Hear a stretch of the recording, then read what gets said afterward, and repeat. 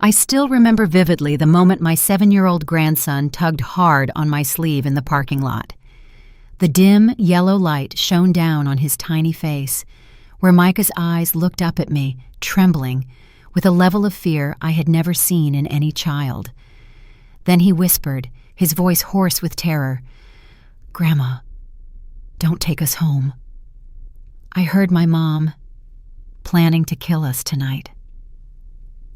On that cold, drizzly night in Portland, I stood frozen. Not because I didn't believe him, but because I did believe him. I believed him instantly, and in that very moment, I realized that true fear isn't when you doubt someone, but when your heart knows for sure that the horrible thing is true. Because the person Micah was talking about was my own daughter. I didn't ask another word. No hesitation. I opened the car door, placed Micah in the back seat, securely fastened his seatbelt, and drove straight out of Portland International Airport. Out of the city. Out of the life we once knew. That night, I was 70 years old, suffering from arthritis, and I had to drive like a fugitive, running from the very child I gave birth to. Because the truth was, I was doing exactly that. My name is Janice Hollowell. I am 70 years old, and this is the story of the night I discovered that the daughter I carried for 9 months and 10 days, the one I used to lull to sleep every night, the one I loved more than anyone in the world, was plotting to murder me and my grandson for life insurance money. But before this story reaches its conclusion, I need to tell you everything from the beginning, because sometimes the most painful truths start from the calmest moments, where we never think tragedy could ever take root. And before we continue, please subscribe to the channel and turn on the notification bell so you don't miss the next part. Don't forget to leave a comment letting me know which city you are watching from, because I always want to know how far this story has traveled. I need you to understand one thing before you judge. Alana was not always this way. She used to be the brightest child I had ever known. Natural curly hair, a huge grin whenever she rushed home with those messy scribbles from school. Alana loved dinosaurs, enjoyed climbing trees in the nearby Columbia Park, and always asked me strange questions like, "Grandma, why don't the clouds fall down? Can I be friends with a bear?" I remember once, when Alana was 6, she fell off her bicycle right in front of the neighborhood kids. Her knee was scraped, blood running freely. But Alana didn't cry. She got up, brushed the dirt off her pants, and said breathlessly, "Look, Grandma, I can still ride it." Then she climbed back onto that wobbly bike and kept pedaling, as if she had to prove to the whole world that she wasn't weak.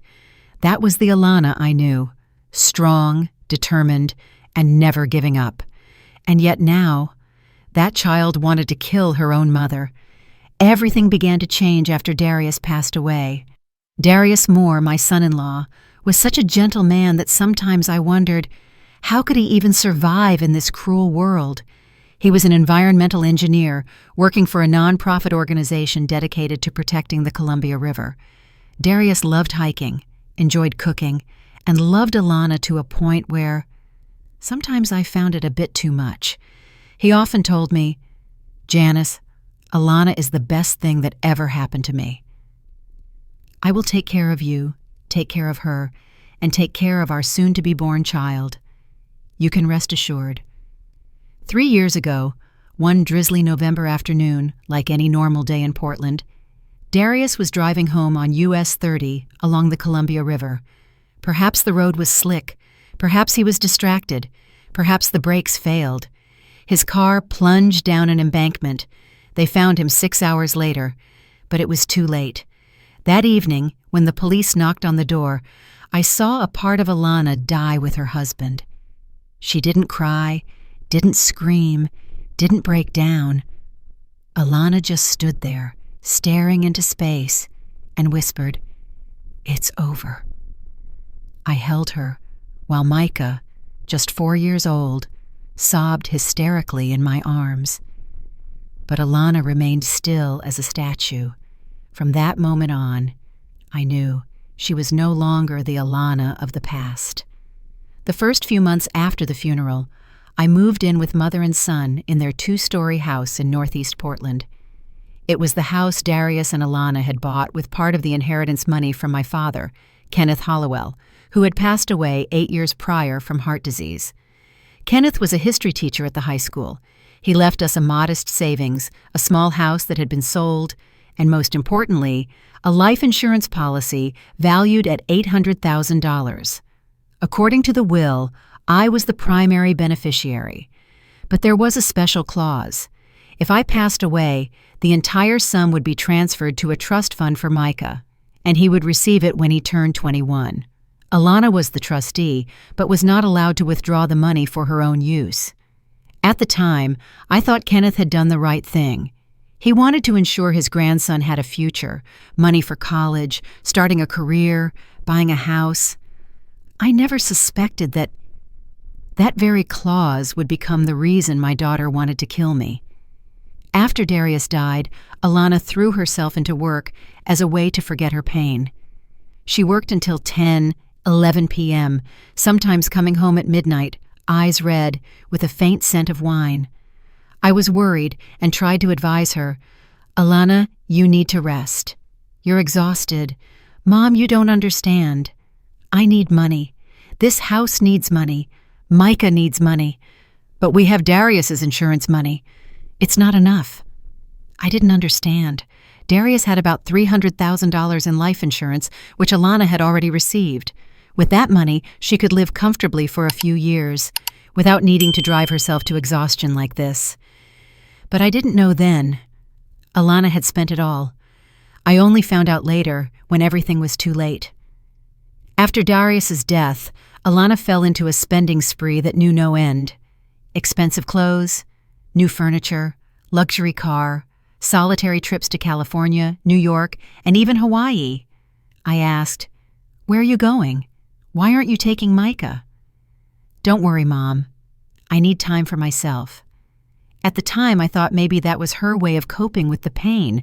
Everyone has their own way of healing. I didn't want to push. But then the small signs started to appear. Alana began asking me about Kenneth's will, about the insurance policy, about the inheritance clause. "Mom, if you pass away before you turn 80, who does the money go to?" "Micah, you know that. Your grandfather arranged it. And I will be the trustee, right?" "Yes, but you can't withdraw the money." "It's Micah's money." I saw something flash in her eyes, a spark of anger. It was so quick that I thought I had imagined it.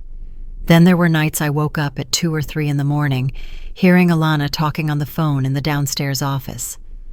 Her voice was hoarse, stressed. "I told you, I can't wait until then. I need the money now. She won't lend me any. She says I need to learn financial management. I'm 38 years old, and she still treats me like a child. No, I can't sell the house. The house is in my mother's name. She only allows me to live with her." At the time, I didn't know who she was talking to. I thought it might be friends or the bank. But looking back now, I know I was wrong. Micah, my grandson, was a special child in his own way. 7 years old, quiet, spoke little, always hugging his stuffed dinosaur and observing everything around him. After his father died, Micah barely spoke. The doctor said it was psychological shock. But I knew Micah wasn't silent because he was scared. He was listening. He was observing. And he was remembering. One afternoon, as I was cooking in the kitchen, Micah tugged on my sleeve, pointing towards Alana's office. "What's wrong, sweetie?" Micah shook his head, then wrote on a piece of paper, "Mom hides papers." I laughed. "Oh, it's probably just work papers." But Micah's gaze made me freeze. A week later, he came to me again, holding a drawing. In it were 3 people, an old woman, a child, and a house on fire. "What is this, Micah?" "Dream." "Did you dream our house was on fire?" He nodded. I thought it was just a nightmare.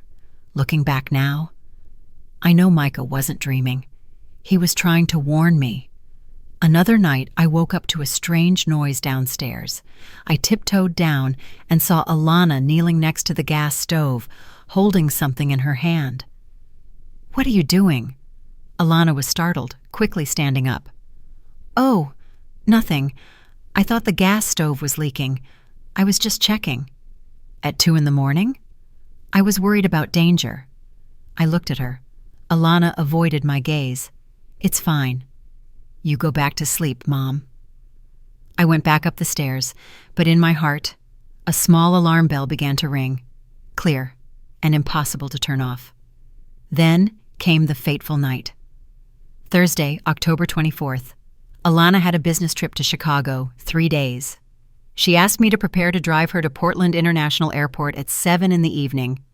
The whole day, Micah clung to me relentlessly. Wherever I went, he went. When I cooked, he stood by. When I watched TV, he sat next to me. When I went to the bathroom, he waited outside the door. "What's wrong, sweetie?" "You're sticking close to Grandma today?" Micah didn't answer, just held my arm tightly. At 6 in the evening, Alana walked out. Black trench coat, rolling suitcase, a cold expression. "Let's go, Mom." I nodded. "Micah, get in the car, honey." He hesitated, then got into the car, clutching his blue dinosaur backpack, and we drove away, unaware that night would change our lives forever. Portland International Airport at 7 p.m. on an autumn evening is always a strange place. The white-blue fluorescent lights scattered down onto the glossy floor. The flight announcements echoed steadily, the smell of machine-brewed coffee mixed with the perfume of people rushing past, pulling their suitcases. And the cold, the hum of the air conditioning forced me to pull my old wool coat tightly around myself. Alana walked quickly ahead, her high heels clicking on the stone floor. She didn't look back, didn't check if Micah and I were keeping up. She just walked straight, as if she wanted to get away from us as soon as possible. Micah held my hand tightly. His tiny hand was freezing, clammy with sweat. "Are you okay, sweetie?" I whispered. He shook his head, but I felt every shudder. We arrived at the check-in counter. Alana presented her documents, scanned her luggage, received her boarding pass. Everything passed quickly and mechanically. "Flight 815, gate C7. You should proceed now," the agent said. Alana nodded, turning back to look at us with a face as blank as a mask. "Goodbye, Mom. Take care of Micah for me." She bent down, giving Micah a quick kiss on the forehead. He stood still as a statue, not hugging her back. "I'll be back Monday. Remember to give Micah his medicine every night." "Don't forget, I know," I replied. "Travel safely." Alana's hug for me was quick, superficial, completely lacking warmth, like all her hugs in recent months, an obligation. Then she turned her back, went through the security gate, and vanished into the crowd. I stood still, watching her leave. Somewhere in my chest, a part of me felt relieved, as if an invisible weight had just lifted from my shoulders. "Let's go, Micah. Let's go home." He didn't move. "Micah?" He looked up at me, and in that gaze, the fear made my heart clench. Not the fear of the dark of a child, but the primitive fear of the survival instinct. We crossed the long corridor, went down the escalator, and headed out to the parking garage on the 3rd floor. The lot was deserted, with only a few scattered cars. The yellow lights from the high lampposts fell, creating streaks of interwoven light and shadow. The sound of my shoes crunched on the concrete floor, Micah's ragged breathing close beside me.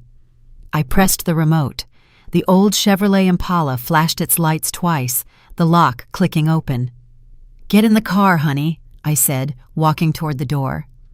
But just as I reached for the handle, Micah tugged hard on my sleeve. So hard that I stopped abruptly, nearly losing my balance. "Micah!" "What is it?" I spun around. He stood frozen, face white, eyes wide open, catching the full glare of the yellow light, as if seeing a demon. His small hand gripped my wrist so tightly I could feel his nails digging into my skin. "Micah, you're hurting Grandma." He still didn't let go. His lips moved, trying to speak but failing to make a sound. "Is something wrong?" And then he spoke. His voice was so small, I had to lean close to hear. "Grandma, don't take us home."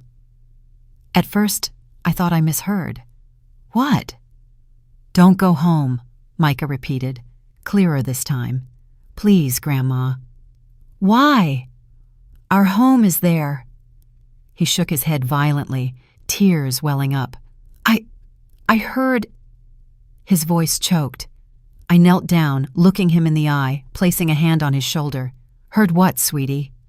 "I'm listening." "Tell me." Micah swallowed, looking around as if afraid someone was eavesdropping. He pressed his lips to my ear and whispered, "This morning I woke up early." I heard Mom making a phone call in the office. My heart started pounding. Mom was talking about you and me. She said after we fell asleep, everything would be ready. "Ready for what?" Micah trembled. Mom said, "Make sure there are no mistakes. The gas has to look like a natural leak. No one should be suspicious." I stood there paralyzed, unable to breathe, unable to move. The sounds of the airport, the cars, the planes taking off, suddenly muted. There was only the loud thump of my heart in my ears. Gas, leak, after we fell asleep. "Grandma, I'm not lying." I swear Micah's voice brought me back. I looked straight into his tear-streaked face, his trembling lips. "Please believe me this time." This time. Meaning there had been times before, times I didn't listen. I remembered Micah saying Mom hid papers. I thought it was imagination. The drawing of the burning house. I thought it was a nightmare. The night Micah pulled my hand to point at Alana kneeling by the gas stove at 2 a.m. I believed it was maintenance. All those times. Micah was trying to save me. And I didn't listen. "I believe you." I don't know when I uttered the words, but as soon as I said them, I knew it was the truth. I believed Micah. Not because I wanted to believe Alana was capable of such a horrible thing, but because all the pieces started to fit. The late-night calls, the questions about the will. The way Alana had been looking at me lately, not with love, but like an obstacle. The night she knelt by the gas stove, the questions about whether I took sleeping pills, and the instruction, "Remember to give Micah his medicine every night. Don't forget medicine, to sleep soundly, to not wake up when the gas started leaking. Grandma, we have to go." Right now Micah's voice was trembling but firm. I nodded. My mind was still reeling, but the survival instinct of a 70-year-old was crystal clear. "Run. Get in the car." I opened the door, pushed Micah into the back seat, my hands shaking as I fastened his seatbelt. "Where are we going, Grandma?" "I don't know yet." But not home. I got into the driver's seat, inserted the key. My hand was shaking so much I had to try twice to start the engine, and I drove out of the parking lot, out of the airport, out of our old life. In the car, there was silence, only the sound of the engine and the drizzling rain beginning to tap against the windshield. Micah sat silently in the back, hugging his blue dinosaur backpack tightly. As for me, I drove aimlessly, only sure of one thing. My daughter had just plotted to kill me and my grandson, and we had just escaped death. About 15 minutes later, Micah whispered, "Grandma, I'm scared." "Me too, sweetie." "What will Mom do when she finds out we're not home?" That was something I didn't want to think about, but had to. Alana would call. When she knew we weren't home, she would understand that the plan was exposed, and she wouldn't leave us alone. The phone rang. I jumped, nearly swerving. On the screen, Alana. "Grandma, don't answer it," Micah whispered, his voice shaking. But if I didn't answer, Alana would be even more suspicious. I took a deep breath, pressed the button. "Hello?" "Mom," Alana's voice was calm. "Have you and Micah gotten home yet?" I swallowed hard. "Not yet." We stopped to have dinner. A short silence. Where are you eating? At a restaurant near the mall. Which one? Her voice turned cold. Panera Bread? I lied, clumsily. Silence again. Mom, my flight was canceled. My blood felt like it froze. What? Canceled. I'm heading back home. I'll be there in 30 minutes. No. If she got back first and found the house empty, she would know we had found out. Oh, I see. Well, Micah and I will eat slowly then. See you at home.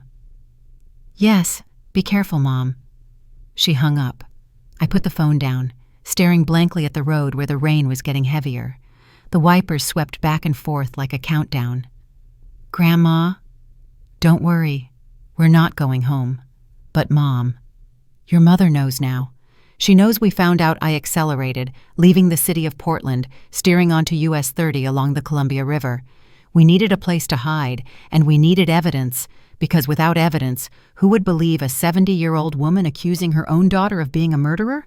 I drove the car through the rainy night with no clear destination. I only knew I had to get as far from home as possible.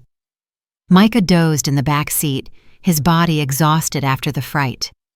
Occasionally, I glanced in the rearview mirror. His small face was still contorted even in sleep. Street lights on US 30 flickered faintly through the mist. To the left was the Columbia River stretching in the darkness. To the right, the vague outline of the Rocky Creek Ridge. By day, this route was beautiful. Tonight, it radiated only loneliness and danger. I needed a safe place. A place Alana couldn't find. A hotel? No. She could trace my credit card transactions. A friend's house? Also no. Alana knew everyone I knew. And then I remembered Luther. Luther Kemp was a very old friend of mine and Kenneth's. He used to be our neighbor over 15 years ago when we lived in the old apartment complex in Northwest Portland. He was a retired Marine veteran, working as a night security guard in the building. He lived in a small staff apartment in the basement, discreet, known by few.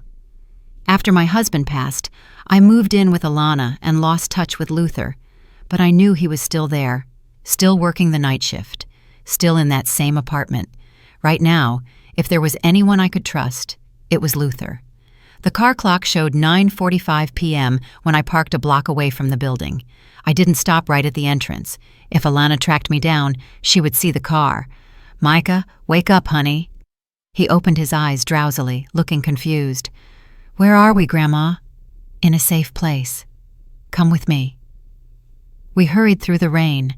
I pulled up my jacket hood. Micah clung tightly to my hand. The arthritis in my feet was throbbing, but I didn't dare slow down. The building appeared, 6 stories of old red brick with dim yellow hallway lights, almost unchanged in 15 years. I walked straight to the guard booth. Behind the thick glass, a man was engrossed in a crossword puzzle magazine. Luther. He was 68 now. A thick salt and pepper beard covered most of his rugged face. The hands that once held a gun now only held a pencil. I tapped lightly on the glass.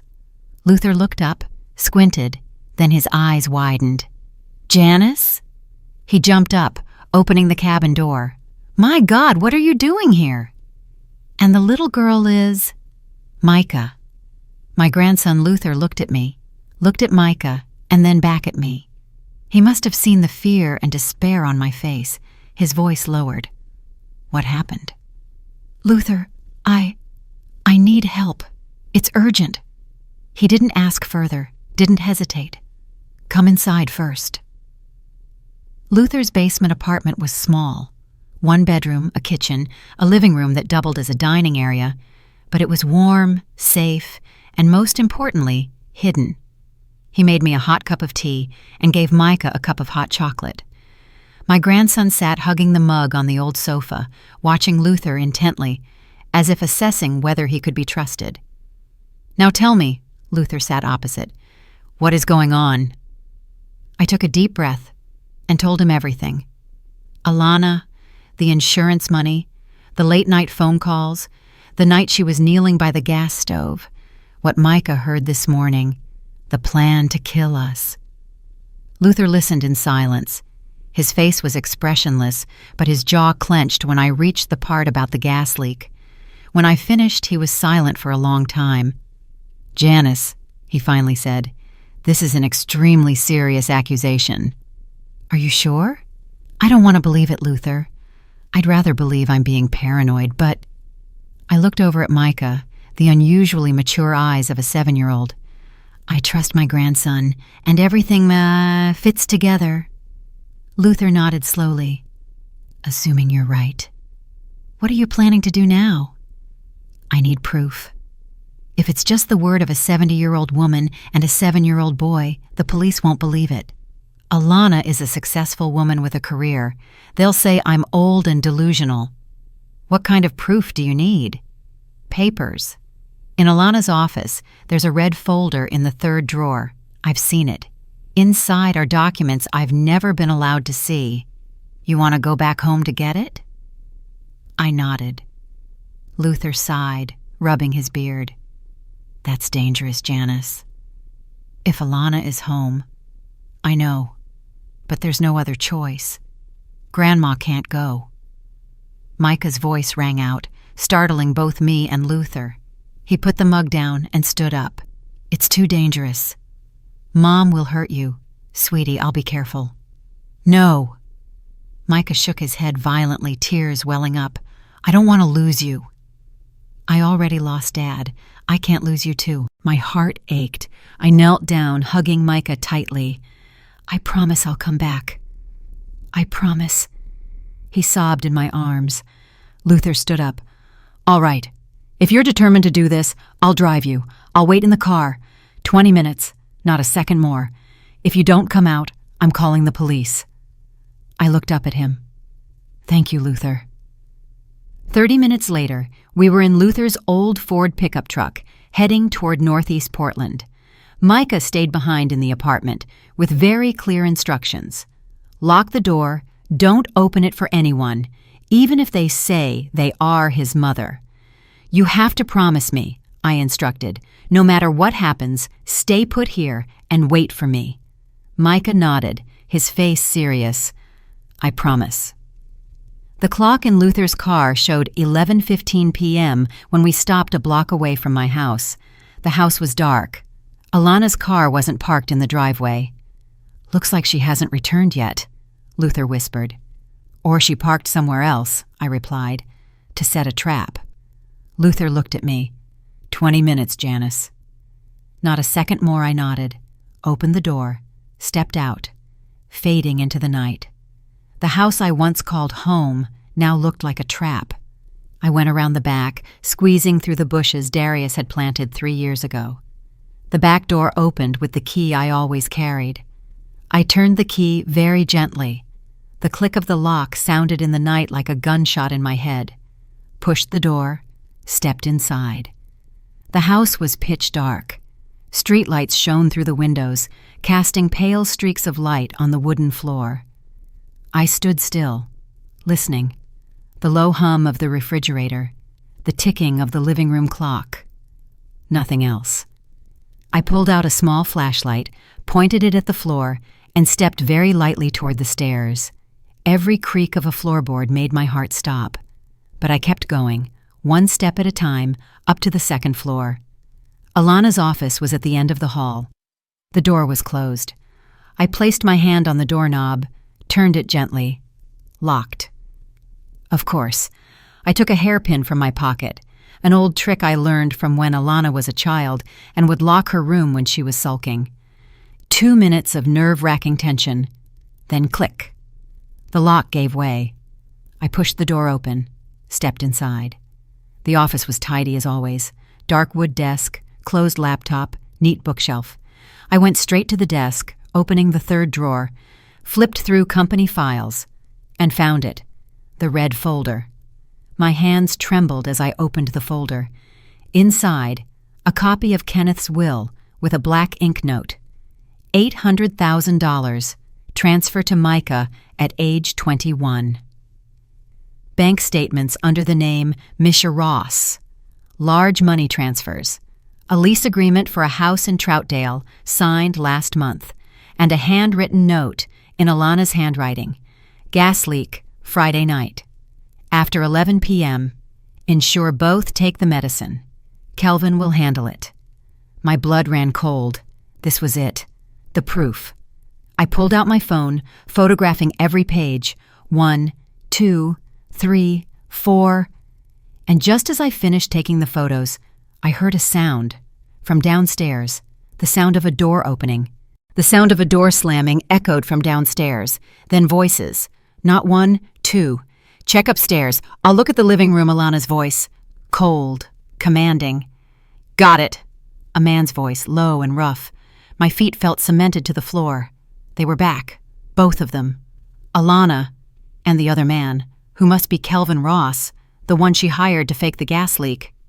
Heavy footsteps began to climb the stairs. I slid the red folder back into the drawer, closing it exactly as it was. Slipped the phone into my jacket pocket. My eyes darted for an escape. The window. Only the window was left. I quickly slid over to it, flipping the latch very gently.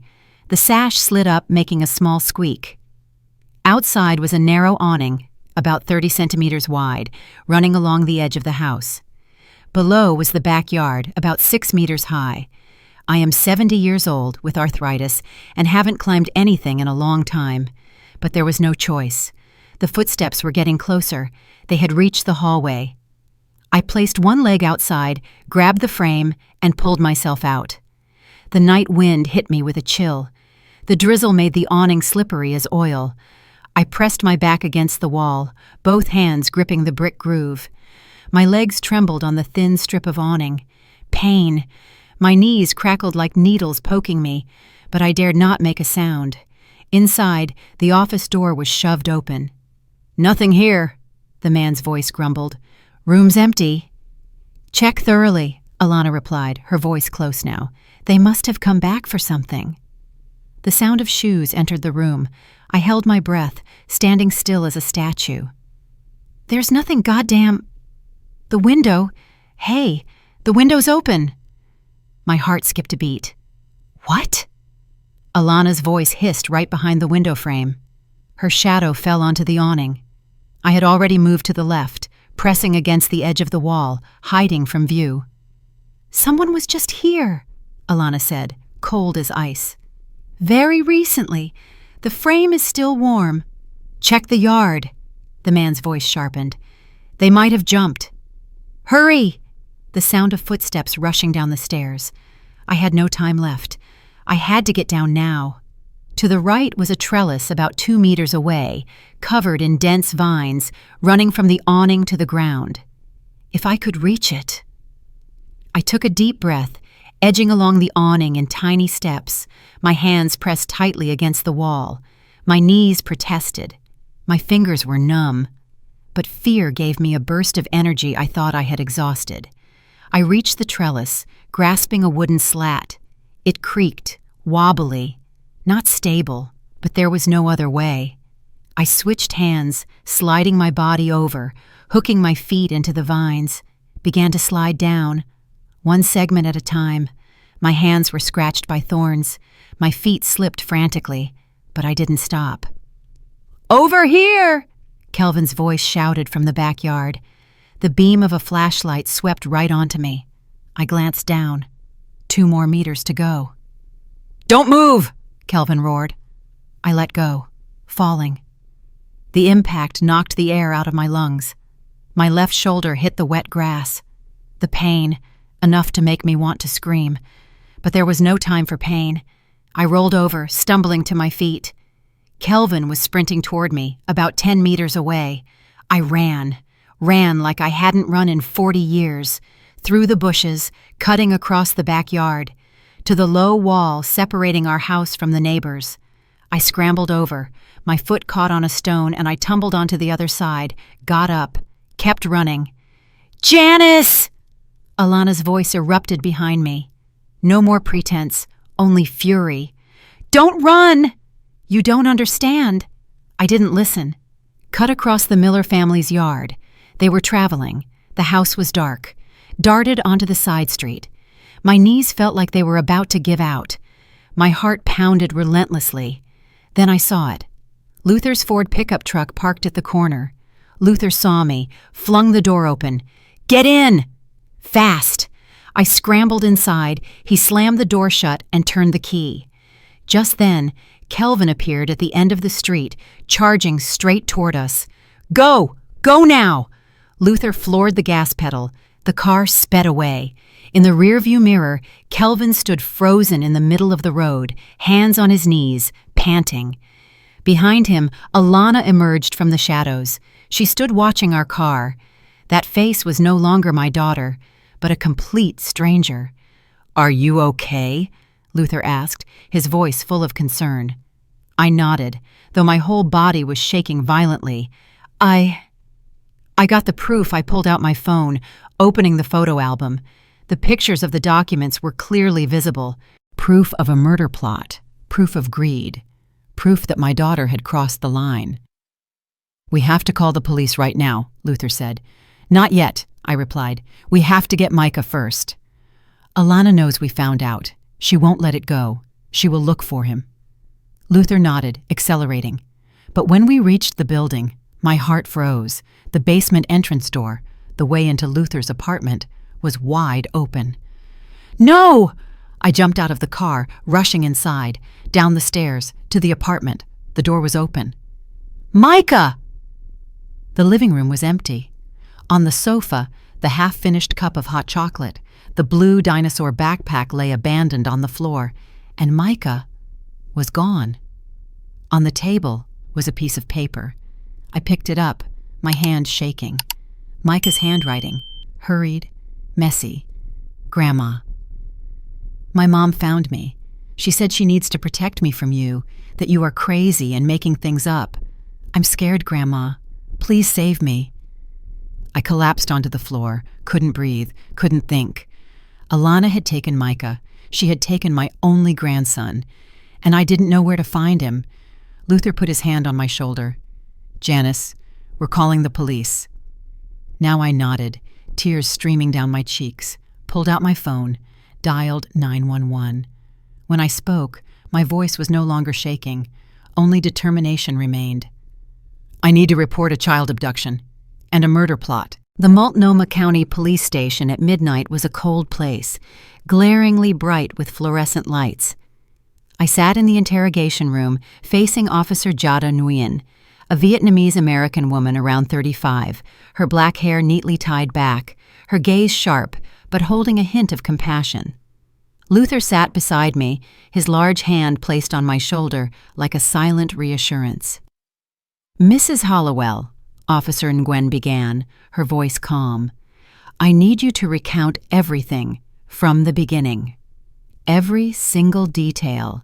And I told the story about Alana, about the insurance money, about the strange calls in the middle of the night, about the gas leak plot, about the night I had to run away with Micah. Then I opened my phone and showed her the photos of the evidence. Officer Nguyen scrolled through each photo, her expression gradually becoming more serious. "Kelvin Ross," she muttered. "We know him. He has a history of financial fraud and was once involved in an intentional assault case." She looked up, her gaze firm. "You did the right thing by coming here, Mrs. Hollowell. We will issue an arrest warrant immediately, but finding Alana wasn't easy. She was too smart and had certainly prepared everything in advance. Over the next 2 hours, the police searched everywhere. My house, empty. Alana's car, abandoned at a gas station on I-84 near Troutdale. Bank accounts, no transactions. Phone, powered off. Alana had vanished and taken Micah with her. "We've issued an Amber Alert," Officer Nguyen returned, carrying 2 cups of coffee. "The entire state of Oregon is looking for her. We've also contacted the FBI. As the suspect may have crossed state lines, I gripped the coffee cup tightly, my voice trembling. But my grandson is only 7. He must be so scared." Officer Nguyen sat down opposite me, her eyes softening. "Mrs. Hollowell, from what you've told me, Micah is a smart, brave child." He already saved your life once. I believe he will find a way to help us find him." I nodded, trying to suppress a sob, but the tears still fell. 3 a.m, no news. I sat in the waiting room, holding the cold coffee cup, my eyes glued to the phone. Luther was still there, silent. His presence was the only thing keeping me from collapsing. "Janice," he said softly, "you should rest for a bit." "I can't. Not when Micah is out there. With—" I couldn't continue. "With my daughter, the one who tried to kill me." 3:47 a.m. The phone rang, an unknown number. My heart felt like it stopped. I picked up, my hand shaking violently. "Hello?" "Grandma." Micah's voice, small as a breath, trembling. "Micah! Where are you? Are you safe?" "I'm okay. Mom is sleeping." I stole the phone. "Where are you, sweetie?" I need to know. I signaled Officer Nguyen, who immediately ran over, gesturing for a technician to trace the location. I'm not sure. In the countryside. There's a lake, lots of trees, a long car ride. I fell asleep, and when I woke up, we were here. Are there any signs? Street names, house numbers, anything? A moment of silence, then a soft rustling. There's a mailbox outside the gate. It says, Riverwood Ranch, Highway 142. Officer Nguyen quickly wrote it down, pushing the paper to a colleague. I tried to keep my voice calm. "Micah, you did so well.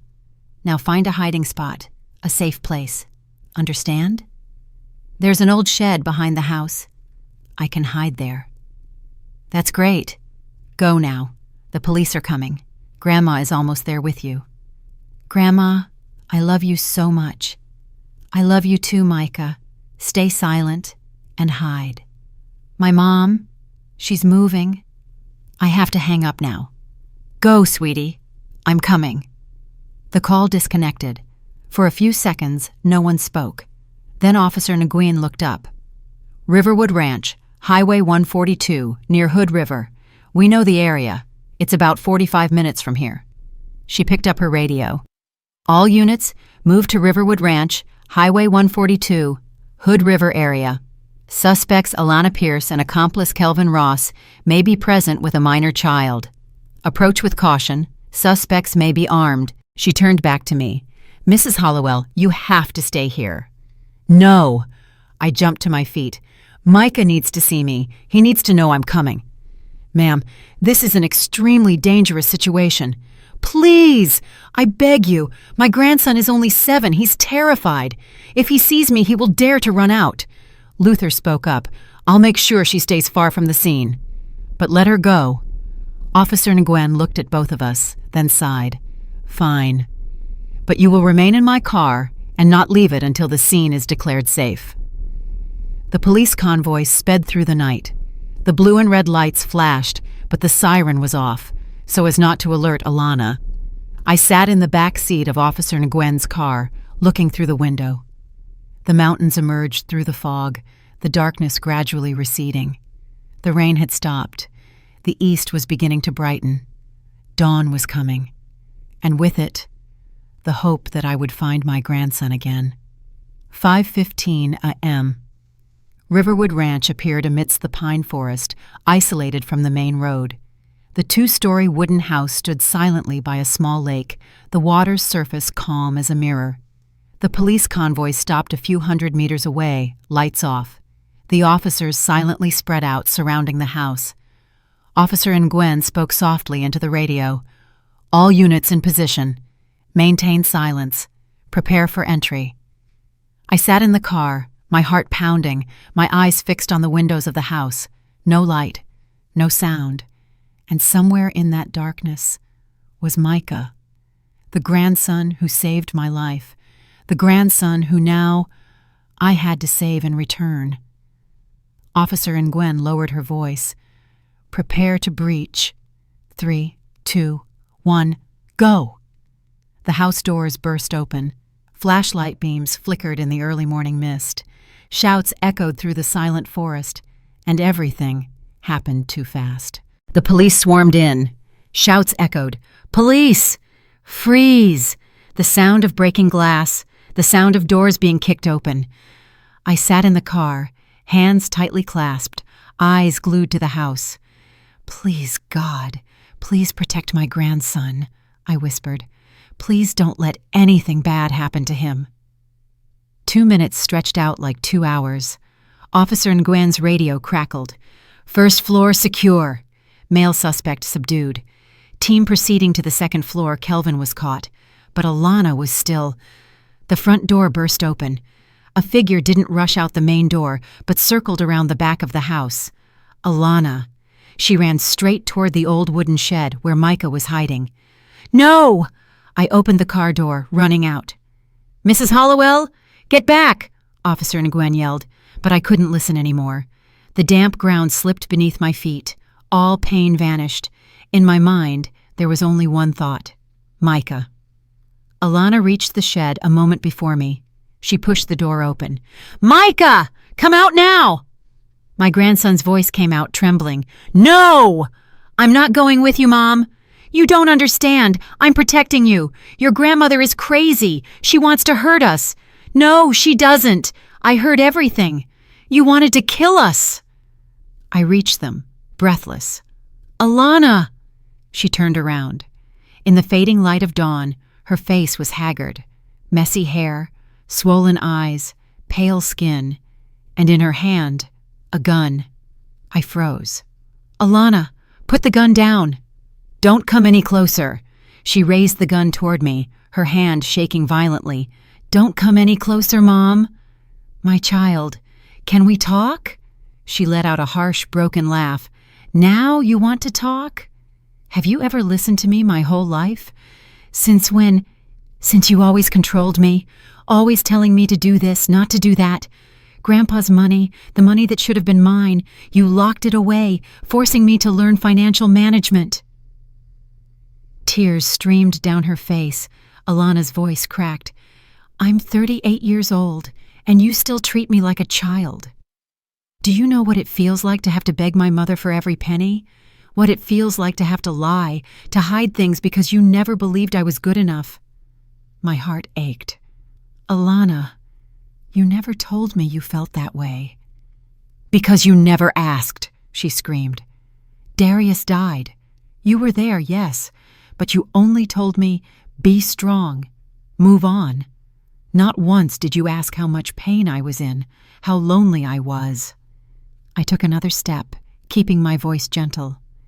You're right. I was wrong. I thought I was helping you, but I only pushed you away. It's too late. It's not too late. Put the gun down. We can fix... Alana sneered. Fix what? I hired someone to kill you. I plan to harm my own child. I am a monster. What is there left to save? Behind the shed, Micah burst into tears. Mom, don't do it. Please, Mom. Alana froze. She looked back at her son. Micah, you don't understand. I did all of this for you, so you could have a future, so you wouldn't have to struggle like I did. I don't need money if it costs Grandma. Micah's voice was choked. I just need Grandma. I just want everyone to stop hurting. Alana stood rooted to the spot. The gun was still pointed at me, but her wrist was shaking even more. I can't live with what I've done, she whispered. Every morning looking in the mirror, I can't stand it. Then don't end it like this. My voice softened. Put the gun down, face the consequences, start to heal. There's still a chance, Alana. There's no chance for someone who tried to kill her mother and son. Loud footsteps behind us. The police had surrounded the area. Alana Pierce, put the weapon down. Hands up. Officer Nguyen and 3 officers aimed their guns, maintaining a safe distance. Don't come any closer. I'll shoot, Alana panicked. No one wants to shoot. Officer Nguyen kept her voice calm. But you must put the gun down. Right now, Alana's eyes scanned the scene. Me, the wooden shed where Micah was hiding. The black muzzles of the guns. I can't go to jail. I can't. Alana, don't. She turned the gun, not toward me, not toward the police, but toward herself. No! I lunged forward. Everything happened in a flash. I grabbed Alana's wrist. Bang! The sound of the shot tore through the early morning. I fell, pulling Alana down with me. A burning, searing pain ripped across my shoulder, but I didn't let go. My hand tightened, batting the gun away. Alana struggled, weeping uncontrollably. Let me go! Let me go! No! I held her tight. I won't let you die. I won't let you destroy yourself like this. The police rushed in, subdued Alana, and put her in handcuffs. She was still crying, her wails heartbroken. Mom! I'm sorry. I'm sorry. I knelt on the wet ground, warm blood spreading on my shoulder, watching my daughter being led away. Grandma! Micah burst out of the shed, rushing to embrace me. You're bleeding! I'm okay, sweetie. I'm okay. I hugged my grandson, tears pouring down. You're safe now. Everything is over. Officer Nguyen knelt beside me. The ambulance is coming. Hold on, Mrs. Hollowell. I nodded, still holding Micah tight. From a distance, Alana turned back to look at me one last time. In those eyes, there was no more bitterness, only pain and, perhaps, a little remorse. The sun rose fully above the pine ridge. Golden light filled Riverwood Ranch. A new day, a new beginning, but a beginning accompanied by scars that would never disappear. Emmanuel Medical Center, Portland, admitted me at 7:30 a.m. The bullet had only grazed my shoulder. Fortunately, it didn't hit bone or an artery. They stitched the wound, bandaged it, gave me painkillers, and told me to rest. But how could I rest when Micah sat beside the bed, his small hands clutching mine, his eyes red from crying? Does it hurt, Grandma? He asked for the 10th time. I'm fine, sweetie. It's just a small wound. He nodded, but I knew.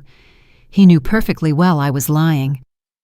Luther sat in the chair in the corner of the room, holding a cold cup of coffee, his eyes glued to the door, as if one more tragedy would strike the moment he blinked. Do you need anything? He asked for the 5th time in an hour. I smiled faintly. Luther, you've done too much already. Go home and rest. He shook his head. I'm staying here. Until you and your grandson are safe, I was about to say, go home, but then stopped. Which home? The house Alana had turned into a hell? The house where she planned to kill us? I didn't know if I could ever go back there again. 9 a.m. Officer Jaden Nguyen arrived, carrying a paper bag with sandwiches and orange juice for Micah. Have you eaten yet? She asked gently. Micah shook his head.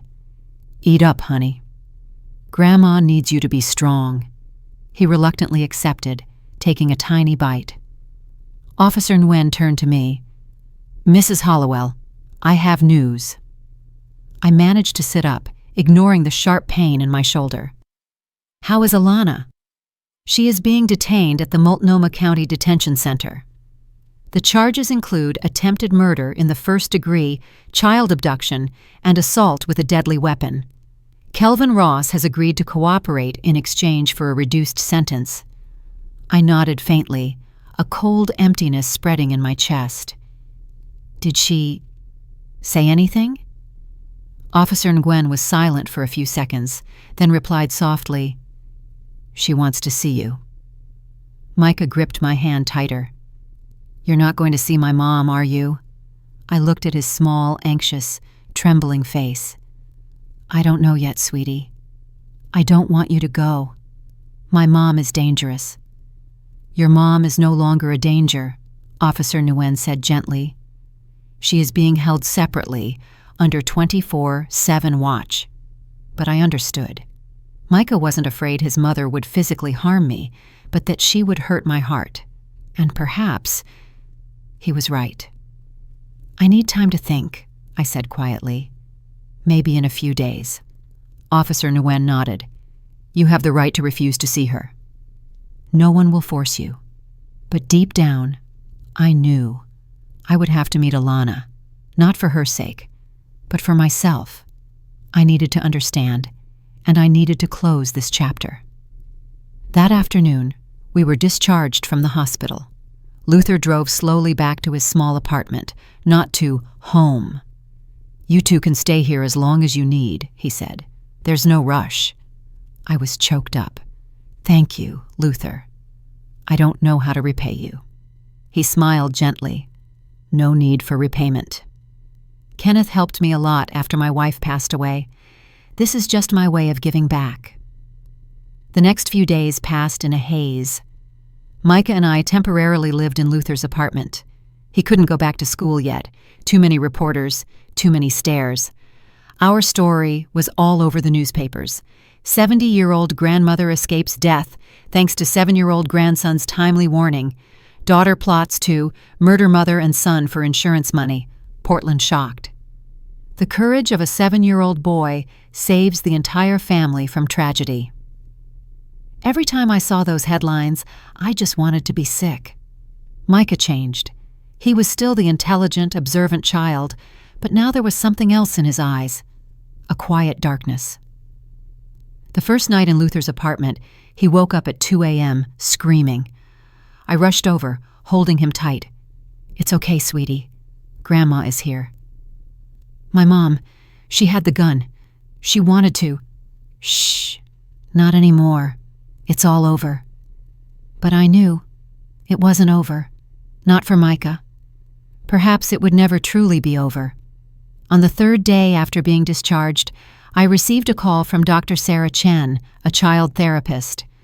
"Mrs. Hollowell, I heard about your case and Micah. I'd like to offer free therapy for him." I almost wept with gratitude.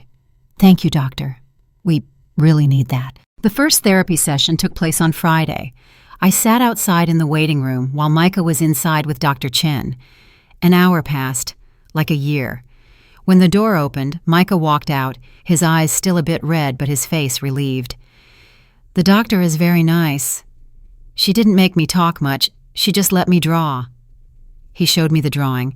3 people, an old woman, a child, and a man with a thick beard. Me, Micah, and Luther. "This is our new family, right, Grandma?" I hugged him tightly, tears streaming down. "That's right, sweetie." Our family.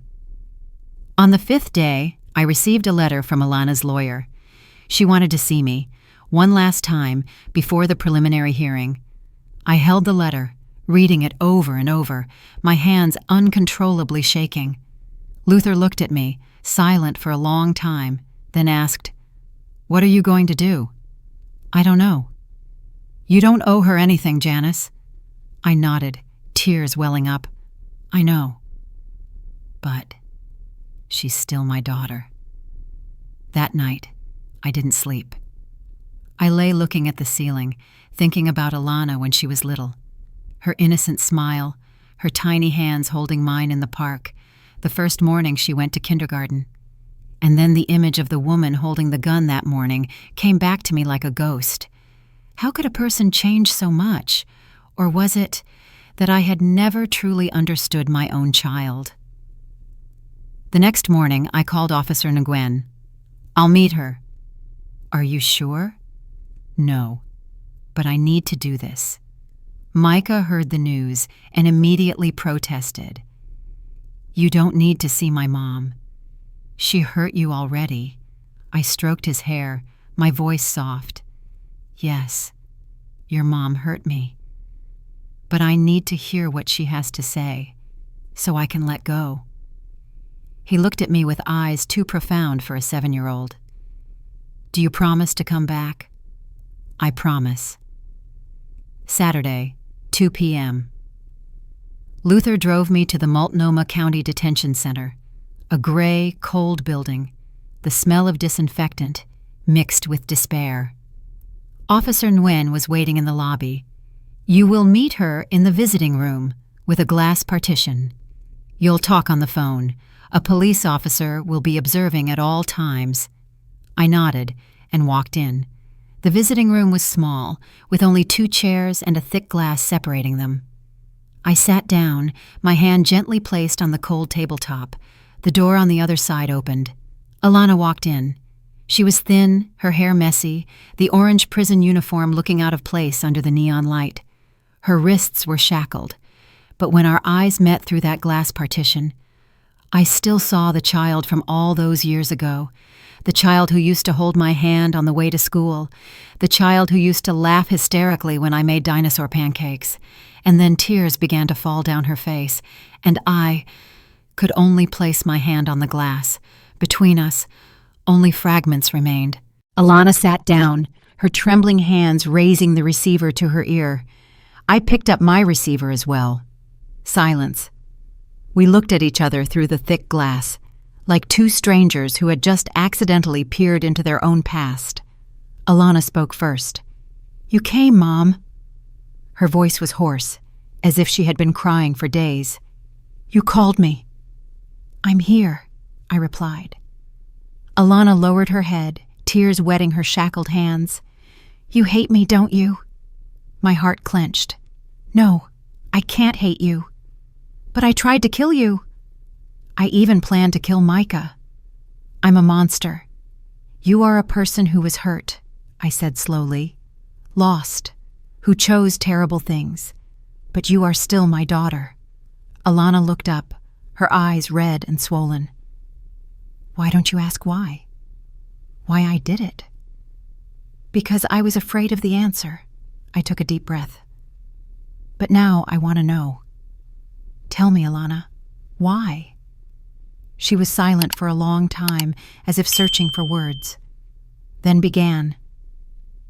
"After Darius died, every day I woke up, felt like being drowned. You kept saying, 'Be strong. You still have Micah. You have to keep going.' I wanted you to get through it," I said softly. "But you didn't allow me to be weak," Alana cut in.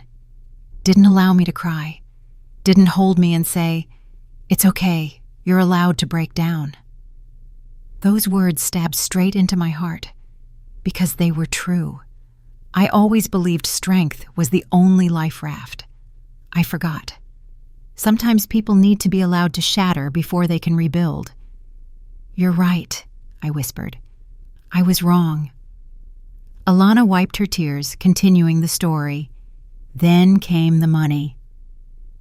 Darius's insurance, $300,000. I thought money could patch every hole, but it didn't. I spent it all, shopping, traveling, trying to fill the emptiness inside. She gave a bitter laugh. Money didn't cover the pain. It just made me addicted to the feeling of temporary happiness. I started accumulating debt. The company threatened to fire me. The bank pressed me. I was afraid of losing the house, afraid I couldn't provide for Micah. You could have told me. We would have found a way together. I didn't want to hear you repeat. "You don't know how to manage money. You're being wasteful." I couldn't stand the feeling of being a failed child anymore. "I never thought you were a failure." "But your eyes said otherwise," Alana choked up, as if you were thinking, "Why aren't you more like me? Why aren't you stronger?" Tears streamed down. It turned out I had hurt her so much without even knowing it. "Then you held Grandpa's insurance money, $800,000 for Micah." Alana spoke softer. "I know it's his, I understand. But I was drowning too. I needed to breathe. No one cared about my future, only Micah's future." Her voice fractured.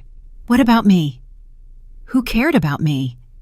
"I cared," I choked up, "but I did it the wrong way." "I thought locking up the money was protecting you, but it ended up pushing you to the brink." Alana nodded very slightly. "Then I met Kelvin. He said he had a way, a gas leak. No one will suffer. They just go to sleep and pass away." She looked straight into my eyes. I refused at first. Then he said it was the only way. I believed him. "And Micah?" My voice trembled. "You planned to kill your own son?" Alana burst into tears.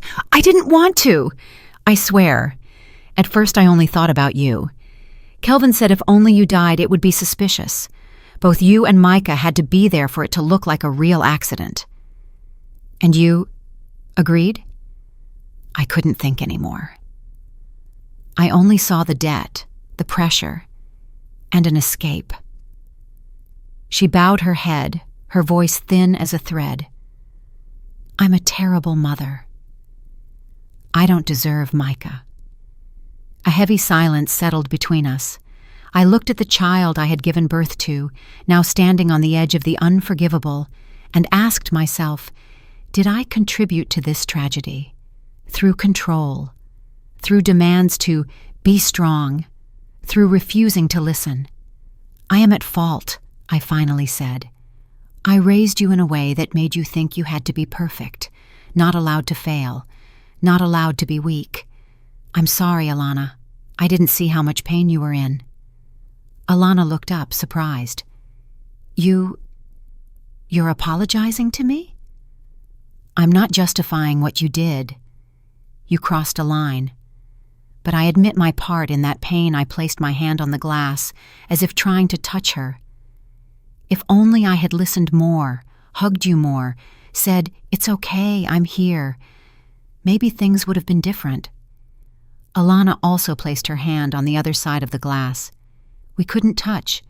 Only the cold glass was between us. But something softened, not forgiveness, not reconciliation, but an acknowledgement. Both of us had failed, and both had contributed to the tragedy. How is Micah? Alana's voice was shaky. He's getting therapy. Has nightmares, but he's strong. Like his mother, Alana gave a sad smile. No. He's stronger than me. He knows how to ask for help, how to trust. I never learned that. Do you want to send a message to Micah? Alana was silent for a long time, then tears welled up again. Tell him I'm sorry. For scaring him, for becoming the mother he couldn't trust. She choked up. And tell him, the only right thing I ever did was giving birth to him. Micah is the best thing in my life. I hope one day he remembers me, not just as a monster, but as someone who once loved him with all her heart. I nodded, my throat tight. Alana swallowed her tears. And you, Mom, I know I don't deserve forgiveness. But I want you to know, I love you, even when I was angry with you, even when I did the worst thing. She smiled through her tears. It sounds crazy, but it's the truth. I know. And I love you too. No matter what you've done, you are still my daughter. We sat there, 2 hands pressed against 2 sides of the glass, mother and daughter, separated by glass, by guilt, by choices that could not be undone, but still connected by a fragile thread called maternal love. I'm going to be in prison for a very long time, Alana said softly. The lawyer said at least 25 years. I know. When I get out, Micah will be an adult. Maybe I won't get to see him, or maybe things will be different. We don't know the future. Alana nodded. Will you take care of Micah? I will love him as my own son. I promise. Thank you, Mom. A knock on the door. Time was up. We were forced to say goodbye. Mom, can you visit me? Alana asked, her voice small like a child's. I hesitated for a moment, then nodded. Yes. Not often, but I will come, because no matter what she had done, she was still my daughter. I couldn't abandon her completely. Alana stood up, her hand still resting on the glass. Goodbye, Mom. Goodbye, my daughter. The door closed. Alana disappeared behind the concrete wall. I remained seated, my hand pressed against the cold glass, and I cried. 1 year later, autumn returned to Portland, bringing thin drizzle and golden leaves covering the streets. Micah and I had moved to a small house in southeast Portland, far from the old house, far from all the painful memories. Luther helped us move, repaint the walls, and plant a few flower bushes in the garden. "This is a new beginning," he said, placing his hand on my shoulder. "For both of you." Micah is 8 now. He is taller, stronger, but still a quiet child who prefers to observe the world silently. He still goes to therapy every week with Dr. Chen. He still wakes up at night sometimes, but less frequently. And he still draws. Only now, his pictures are no longer burning houses or frightened faces, but dinosaurs, forests, and small smiling families. "Look, Grandma," Micah held out his latest drawing. "This is us. You, me, and Mr. Luther. We're walking in the Columbia River Gorge." I smiled, pulling him into my arms. "It's beautiful, sweetie." "Shall we really go this weekend?" "Yes!" I still visit Alana, once every 2 months. It's not easy. Each time is a struggle between my heart and my mind, but I made a promise. She has changed in prison. Thinner, her hair graying prematurely, but her eyes have softened. "How is Micah?" That is always the first question Alana asks. "He's well. Doing well in school. He has friends. Does he ask about me?" I hesitated, then nodded. "Yes. He asked if his mother regretted it." "And what did you say?" "I told him that you regret it deeply, and I hope that one day he will understand." Alana lowered her head, tears falling gently. "Thank you, Mom, for still being here." One evening, while I was cooking, Micah came into the kitchen. "Grandma, can I ask you something?" "Go ahead, honey." "Why do you still visit my mom, after everything she did?" I turned off the stove, wiped my hands, and looked at him. "Because your mom is still my daughter. And love doesn't easily disappear, even when people hurt us. But she tried to kill us." "That's true. And I will never forget that. But I also won't forget the person she used to be. And I believe that, somewhere deep inside, that person is still there." Micah was silent for a long time. "I don't know if I can ever forgive her." "No one is asking you to forgive her, sweetie. Forgiveness is not an obligation. It's a choice. Whenever you're ready, or if you never are, that's okay too." In November, during a therapy session, Dr. Chen asked, "Micah, would you like to write a letter to your mom? You don't have to send it, just to say what's on your mind." Micah thought for a moment, then nodded. A week later, he handed me a cream-colored envelope. "Grandma, please give this to my mom for me. But don't read it. This is between me and Mom." I took the envelope, my hand trembling slightly. "I promise I will give it to your mom." On my next visit, I handed the letter to Alana.